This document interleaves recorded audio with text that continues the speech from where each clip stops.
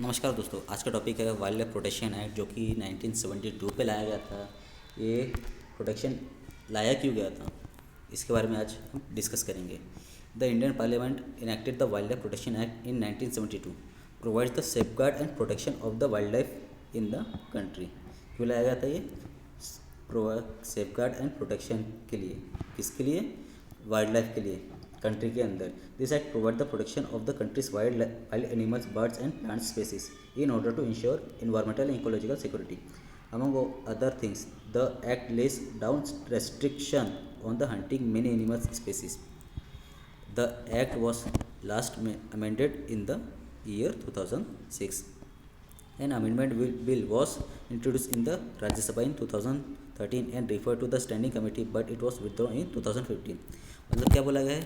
Parliament act के द्वारा wild life protection act 1972 को लाया गया था। क्यों लाया गया था? कि जो वाइल्ड लाइफ के सेफगार्ड और प्रोटेक्शन के लिए।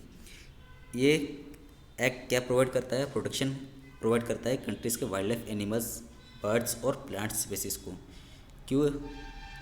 इन order to ensure environmental and ecological security. इसके बाद जो 1972 का जो अमेंड किया गया था, वो कब किया गया था? 2006 में किया गया था। फिर फर्दर उसको अमेंडमेंट को फिर से अमेंड किया गया था। कब? 2013 में राज्यसभा के द्वारा, लेकिन लोकसभा में इसको विथड्रॉ कर लिया। ठीक है, आगे देखते हैं। कॉन्स्टिट्यूशनल प्रोविज़न है वाइल्ड लाइफ एक्ट के लिए, जो कि कॉन्स्टिट्यूशन में है।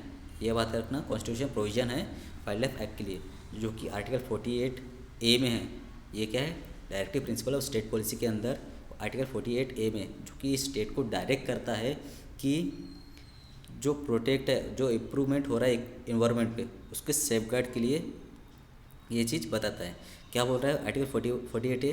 The constitution of India direct the state to protect and improve the environment and the safeguard wild life forest.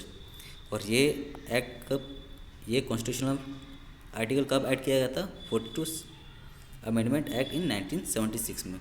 Article 51A में क्या बोला है? Impose the fundamental duties for the people of India. ठीक है, fundamental duties है article 51A। उसमें क्या है? One of them is protect and improve natural environment including forest, lakes, rivers and wild life, and to have compassion of the for the living creatures. History जान लेते हैं wild life protection की। तो history जानने के लिए पहले आपको जानना पड़ेगा, जो ब्रिटिश राज है वो भी उतने ही दयालु थे जितने हम अभी दयालु है टुवर्ड्स वाइल्ड लाइफ। सबसे पहले ब्रिटिश इंडियन गवर्नमेंट ने 1887 में वाइल्ड बर्ड प्रोटेक्शन एक्ट लाया गया था। 1887 में उस पर क्या कहा गया था? जो कि possession and sale of wild birds which were either killed और कैप्चर इलीगली, इसको रोकने के लिए ये लॉ लाया गया था। किसने लाया था? ब्रिटिश इंडियन गवर्नमेंट ने। ठीक है, कब लाया गया था? 1887 में। The second law was enacted इन 1912 में, जो कि किसके ऊपर था? एनिमल प्रोटेक्शन एक्ट के ऊपर था, wild birds and animal protection act के ऊपर।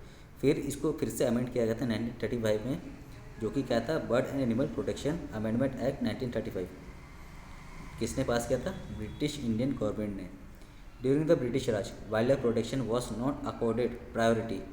It was only in 1960 that the issue of protection of wild life and the prevention of certain species for becoming extinct came into force. ठीक है, 1960 में जो protection wild life protection था जिसका wild life का, वो क्या है? प्रिवेंशन, जो प्रिवेंट किया गया था, वो एक्सटिंक्ट होना चालू हो गया था, जिसकी वजह से जो 1960 में है एक्ट लाया गया था वाइल्ड लाइफ के लिए, कि जो एक्सटिंक्ट हो रहे एनिमल्स, जो स्पेसीज है, उसको फिर से रिकवर किया जाए। क्या जरूरत पड़ गई वाइल्ड लाइफ प्रोटेक्शन एक्ट की? Wild life is a part of forest and this was the state subject until the parliament pass this law in 1972. Reason for the nationwide law in the domain of environment, particularly in wildlife, including the following. क्या है? India is a treasure trove of varied flora and fauna. Many species were seeing a rapid decline in a number. जो कि example के तौर पे ले तो early 2000 की बात करें, 1900 की बात करें, तो उस टाइम पे टाइगर का जो नंबर था इंडिया में, सिर्फ इंडिया में तो 40,000 नंबर्स थे टाइगर्स के। और अर्ली 1970 की बात करें तो ये गिर के 1820 पे पहुंच गया था। इसलिए इसकी ज़रूरत पड़ी वाइल्ड लाइफ प्रोटेक्शन एक्ट की। नेक्स्ट देखते हैं, अगर वाइल्ड लाइफ प्रोटेक्शन में फ्लोरा कम हो रहा है तो जो वाइल्ड लाइफ है वो डिसबैलेंस हो जाएगा, इनबैलेंस हो जाएगा। इसकी वजह से प्रोटेक्शन की जरूरत पड़ी। A drastic decrease in the flora and fauna can cause ecological imbalance which affect many aspect of climate and the ecosystem.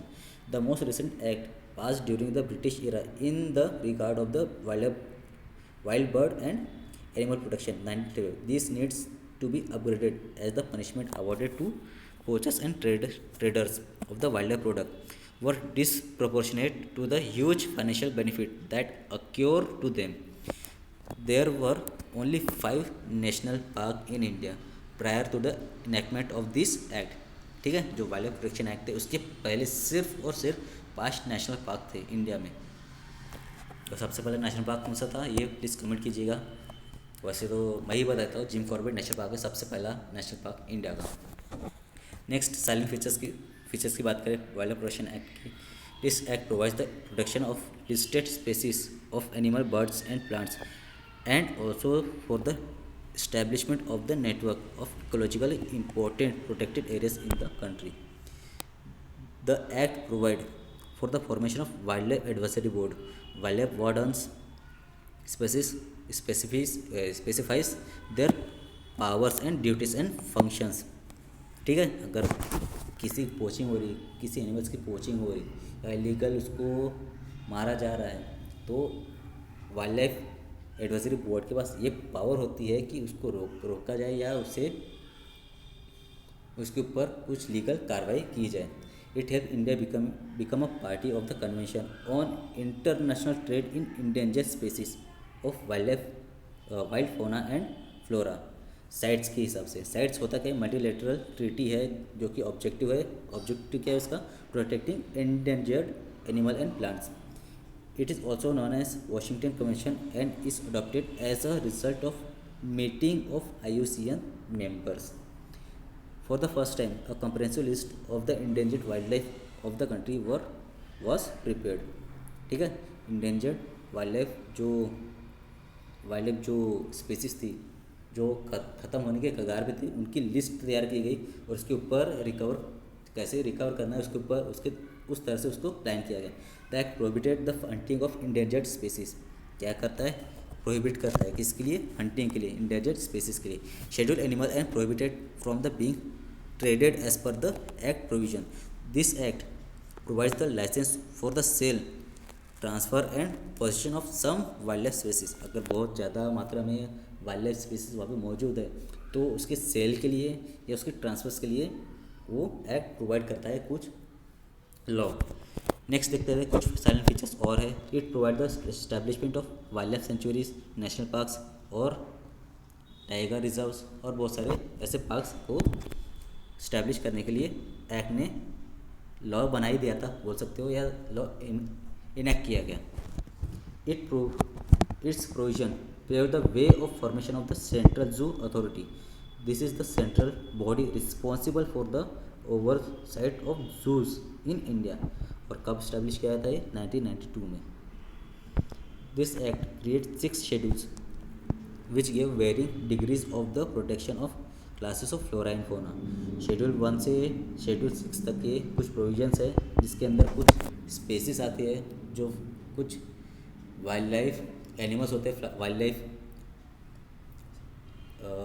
Trees होते हैं, कुछ वाइल्ड लाइफ स्पेसीज है जो कि एक्सटिंक्शन की कगार पे है, तो उनको बचाने के लिए शेड्यूल 1 से लेके शेड्यूल 6 तक के रखा गया है। जनरली शेड्यूल 6 वाले बहुत अबंडेंटली प्रेजेंट रहते हैं वाइल्ड लाइफ में, और शेड्यूल 1 एक्सटिंक्शन के ही कगार पे, मतलब ख़त्म ही हो जाएंगे इस तरह के जो एनिमल्स है उसको शेड्यूल 1 पे रखा गया है। देख लेते हैं कुछ और silent features. The national board of wild life sanctuary wild life was constituted as a statutory organisation under the provision of this act. कुछ और साइलेंट फीचर्स है, उसको देख लेते हैं। The act also provide the establishment of national tiger conservation authority, जो कि क्या है, स्टैट्यूटरी बॉडी है ministry of environment and forest and climate change के अंदर ये स्टैट्यूटरी बॉडी आती है। नेक्स्ट देख लेते हैं, कुछ प्रोटेक्टेड एरियाज़ है वाइल्ड लाइफ प्रोटेक्शन एक्ट के अंदर, सेंचुरीज है, नेशनल पार्क्स आते हैं, कंजर्वेशन रिजर्व्स आते हैं, कम्युनिटी रिजर्व्स आते हैं, टाइगर रिजर्व्स आते हैं। जहाँ पर हंटिंग पॉसिबल ही नहीं है, हंटिंग करना प्रोहिबिट है। नेक्स्ट देख लेते हैं शेड्यूल्स के बारे में। शेड्यूल 1 से लेके शेड्यूल 6 तक के दिया गया है। शेड्यूल 1 में कौन कौन से एनिमल्स आते हैं देख लेते हैं। ब्लैक बक आता है, बंगाल टाइगर आता है, क्लाउडेड लेपर्ड आता है, स्नो लेपर्ड आता है, स्वैम्प डियर आता है, हिमालयन बियर आता है, और बहुत सारे ऐसे एनिमल्स हैं जो कि शेड्यूल 1 के अंदर आते हैं, जो नियरली एक्सटिंक्शन के कगार पर है। It covers endanger species that needs to rigorous protection. कैसा प्रोटेक्शन चाहिए उसको, बहुत ज़्यादा रिगरस प्रोटेक्शन चाहिए, जिसके लिए वो फिर से रिकॉर्ड हो सके। The species is granted protection from poaching, killing, trading, etc. A person is liable to the harshest penalties for violation of this law under this schedule. Schedule 2 की बात करें, animal under this list are also accorded high protection with the prohibition of their trade. This cannot be hunted except under threat to human life or if they are suffering from disorder that goes beyond recovery. Some of the animals listed under Schedule 2.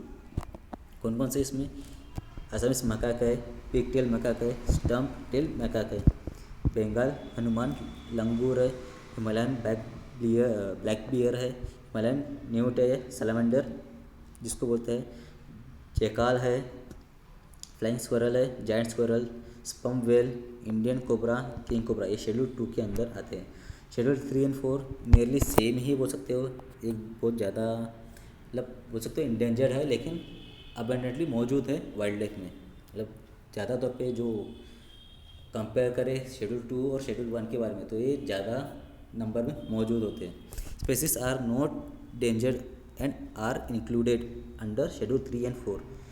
कौन कौन से animals है देख लेते हैं। चीताल है जिसको spotted deer बोलते हैं, बहराल बोलते हैं, हाइंस है, नीलगाई है, संभार है जिसको डियर बोलते हैं, और स्पॉन्जेस है। और शेड्यूल 4 के अंदर कौन कौन से, फ्लैमिंगो, हेयर्स, फाल्कन्स, किंगफिशर, मैकपी और हॉर्सी क्रैब। शेड्यूल 5 के अंदर जो वर्मिन्स होते हैं, जो बोल सकते हैं कि मोस्ट अबंडेंटली अवेलेबल है। जैसे कि एग्जांपल तौर पे अगर आप किसी हिल स्टेशन पे जाते हैं तो जनरली वहाँ पर बहुत तरह के बंदर पाए जाते हैं जो कि वर्मी स्पीसीज के अंदर आते हैं, कि अबंडेंटली मौजूद है वाइल्ड लाइफ के अंदर। The schedule contains animals that are considered as a vermin. These animals can be hunted। ठीक है, जो एनिमल्स है वो कैन बी हंटेड, उसको हंट किया जा सकता है। It included 4 species of wild life animals, common Krause, fruit bats, rats और माइस।